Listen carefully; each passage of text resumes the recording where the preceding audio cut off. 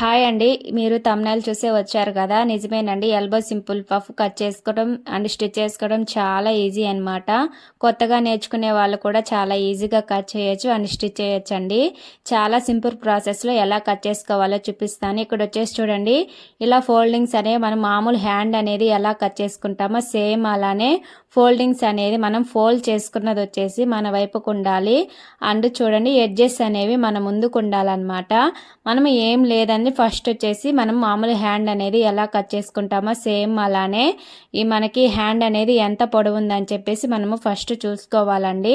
మనము measurement blouse అంటే measurement ఇచ్చిన వాళ్ళు మెజర్మెంట్ బ్లౌజ్ తీసుకోవచ్చు. ఓన్లీ బాడీ అంటే బాడీ కొలతలు ఇచ్చుంటారు కదా, ఆ బాడీ కొలతలను బట్టి మనము మామూలు హ్యాండ్ అనేది డ్రా చేసుకోవాలి. ఇప్పుడు వచ్చేసి నాకు వచ్చేసి మెజర్మెంట్ బ్లౌజ్ ఇచ్చున్నారండి. ఈ బ్లౌజ్కి అనేది చూడండి, ఫస్ట్ వచ్చేసి మనము ఈ ఎల్ స్కేల్ సహాయంతో మనము చూడండి, ఇక్కడ కింద వచ్చేసి ఎడ్జెస్ అనేవి సమానంగా ఉండేటట్టుగా మనము ఎల్ స్కేల్ తీసుకుంటే మనకి ఇలా ఎడ్జెస్ అనేవి సమానంగా వస్తాయి అన్నమాట. చాలా కరెక్ట్గా వస్తుందండి ఎల్ స్కేల్ సహాయంతో. ఇప్పుడు వచ్చేసి హ్యాండ్ పొడవు అనేది మనము తీసుకోవాలి. హ్యాండ్ పొడవు వచ్చేసి చూడండి, మనం బ్లౌజ్లో హ్యాండ్ పొడవు అంటే బ్లౌజ్ వచ్చేసి మనము లోపల వైపు నుంచి చూసుకోవాలన్నమాట. చూడండి, మనకి లైనింగ్ పార్ట్ వైపు నుంచి చూసుకోవాలండి.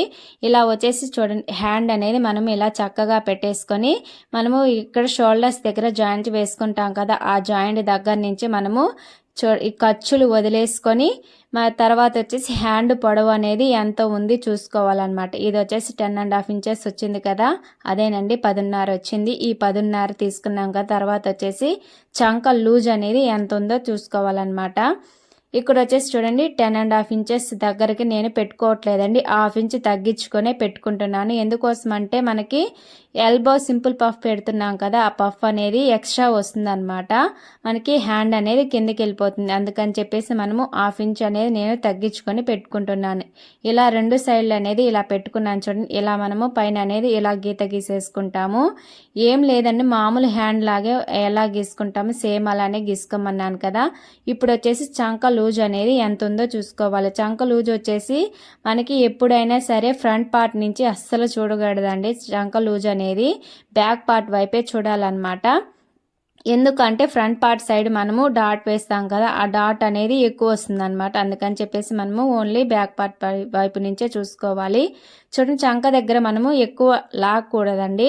అది ఎలా ఉందో అలానే పెట్టుకుని టేప్ అనేది ఖర్చు దగ్గరికి ఎంత ఉందో చూసుకోవాలి. ఇక్కడ వచ్చేసి మనకి లూజు హ్యాండ్ లూజ్ కిందకి లూజ్ అనేది ఉంటుంది కదా, ఇది వచ్చేసి 5 ఇంచెస్ ఉంది. ఈ 5 ఇంచెస్ దగ్గరికి ఇలా చూసుకోవాలన్నమాట. ఇలా తీసుకేసుకున్నాం కదా రెండు కొలతలు అనేవి.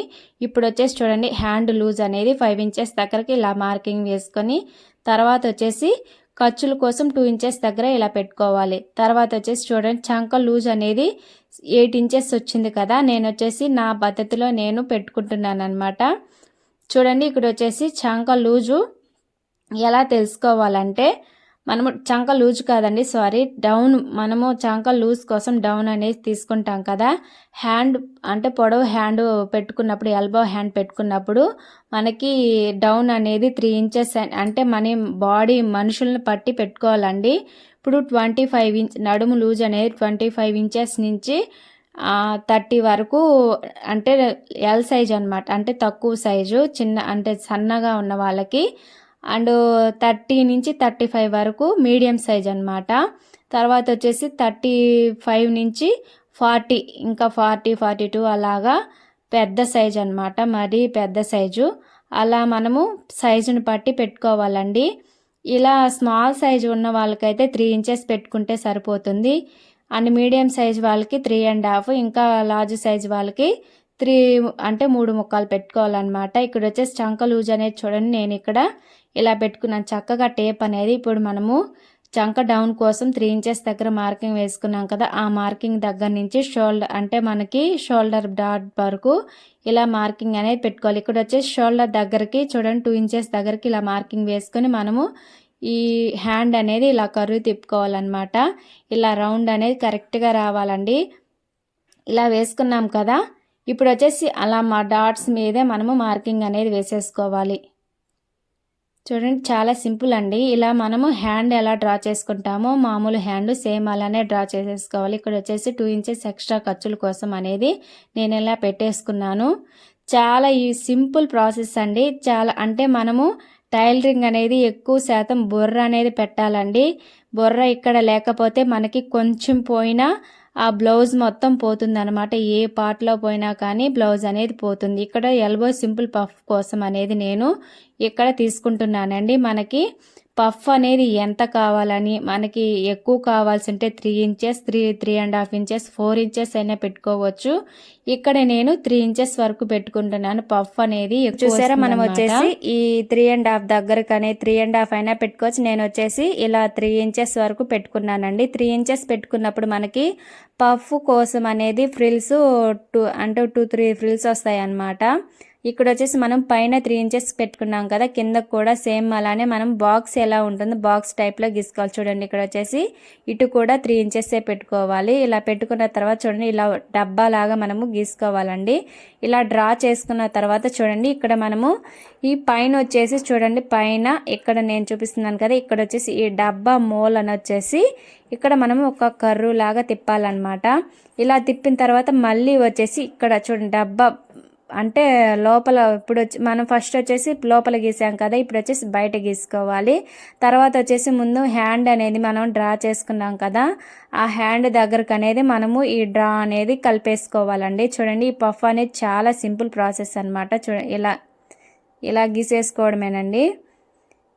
చూడండి ఇక్కడ ఏం లేదండి, హ్యాండ్ అనేది మనం మామూలు నార్మల్ హ్యాండ్ అనేది ఎలా డ్రా చేసుకొని కట్ చేసుకుంటామో సేమ్ అలానే పెట్టేసుకొని ఆ తర్వాత అక్కడ నుంచి మనము పఫ్ కోసం అనేది కొలత తీసుకోవాలండి. మనం ఏం లేదండి, 2.5 ఇంచెస్ అయితే కొంచెం ఫ్రిల్స్ అనేవి తక్కువ వస్తాయి. 3 ఇంచెస్ 3.5 ఇంచెస్ అలా అయితే ఎక్కువ ఫ్రిల్స్ వచ్చి పఫ్ అనేది బాగా కనపడుతుంది అనమాట. పఫ్ ఎక్కువ ఇష్టం లేని వాళ్ళు వచ్చేసి 2.5 పెట్టుకున్నా సరిపోతుంది అనమాట. ఇక్కడ వచ్చేసి నేను 3 పెట్టుకున్నాను. తర్వాత వచ్చేసి చూడండి ఇక్కడ మనము ఈ కర్రు మనము ఎలా డ్రా చేసుకున్నాము సేమ్ అలానే ఆ డ్రాలోనే మనము ఇలా కట్ చేసుకుంటూ వెళ్ళిపోవాలి. చూడండి ఇలా సమానంగా కట్ చేసుకుంటూ ఎక్కడ మనము కత్తెర అనేది అటు ఇటు పోకుండా కట్ చేసుకోవాలండి. ఇక్కడ వచ్చేసి చూడండి ఇక్కడ మన ఖర్చులు అనేవి ఎక్స్ట్రా పెట్టుకున్నాం కదా, ఆ ఎక్స్ట్రా దగ్గరికి వచ్చేసి మనము చూడండి ఇక్కడ వచ్చేసి మనం మధ్యలోకి ఇలా చిన్న టక్ ఇచ్చుకోవాలన్నమాట. ఇక్కడ సైడ్ మనం చంక లూజ్ అనేది పెట్టుకున్నాం కదా, అక్కడికి వచ్చేసి ఒక చిన్న టక్ ఇచ్చేసుకోవాలి. ఇక్కడ వచ్చేసి మనము బాక్స్ లాగా గీసుకున్నాం కదా, అక్కడికి వచ్చేసి మనము అక్కడ కూడా చిన్న టక్ ఇచ్చుకున్నాం అనుకొని మనం స్టిచ్ చేసుకునేటప్పుడు ఫ్రిల్స్ అనేవి అక్కడికి రావాలి అని చెప్పేసి మనము వెతుక్కోకుండా సరిపోతుందన్నమాట. ఇప్పుడు వచ్చేసి చూడండి చాలా కరెక్ట్గా వచ్చింది కదా పఫ్ అనేది. ఆ పఫ్ కోసం అనేది చాలా క్లియర్గా ఉంది కదా. ఈ వీడియో కనుక మీకు నచ్చితే ఒక చిన్న లైక్ చేయండి. ఈ వీడియో స్కిప్ చేయకుండా చూడండి. స్కిప్ చేస్తే మీకు అర్థం కాదనమాట ఎంత ఎక్కడ ఎలా పెట్టుకోవాలని చెప్పేసి. ఇప్పుడు వచ్చేసి హ్యాండ్ అనేది రెడీ అయింది కదా, ఇప్పుడు మనము మెయిన్ పీస్ మీద పెట్టి ఎలా స్టిచ్ చేసుకోవాలని చెప్పేసి చూపిస్తానండి. ఇక్కడ చిన్న కట్స్ పెట్టుకున్నాం కదా, ఈ కట్స్ అనేవి మనం స్టిచ్ చేసుకునేటప్పుడు కూడా కరెక్ట్గా పెట్టుకొని స్టిచ్ చేసుకోవాలండి. ఇప్పుడు వచ్చేసి మెయిన్ పీస్ మీద ఎలా కట్ చేసుకొని ఎలా స్టిచ్ చేసుకోవాలో చూపిస్తాను. ఇప్పుడు మెయిన్ పీస్ ఏం లేదండి, మనకి ఏమైనా వర్క్ వచ్చినప్పుడు వర్క్ మీద తిప్పేసుకొని స్టిచ్ చేసేసుకోవడమే. ఏదైనా కట్ వర్క్ వచ్చినప్పుడు కట్ వర్క్ పెట్టేసి స్టిచ్ చేసుకోవడమేనమాట. నేను వచ్చేసి దీనికి హ్యాండ్ కింద వచ్చేసి కట్ వర్క్ అంటే క్యాన్వాస్ వేసి కట్ వర్క్ స్టిచ్ చేస్తున్నానండి. ఇప్పుడు వచ్చేసి ఈ మెయిన్ పీస్ మీద నేను ఈ క్యాన్వాస్ వేసి స్టిచ్ చేస్తున్నాను అనమాట. ఈ క్యాన్వాస్ వచ్చేసి మనము అంటే కనపడే పీస్ అయితే లైనింగ్ మీద పెట్టి అంటే వేరే లైనింగ్ తీసుకొని ఆ లైనింగ్ మీద పెట్టి స్టిచ్ చేసుకోవాలండి. ఇక్కడ వచ్చేసి నేను ఇలా స్టిచ్ చేస్తున్నాను అనమాట. ఇక్కడ వచ్చేసి చూడండి మెయిన్ పీస్ అనేది మెయిన్ పీస్ మీద లైనింగ్ పీస్ పెట్టేసి ఇలా స్టిచ్ చేసుకుంటున్నాను. దీనికి వర్క్ కూడా వచ్చిందండి.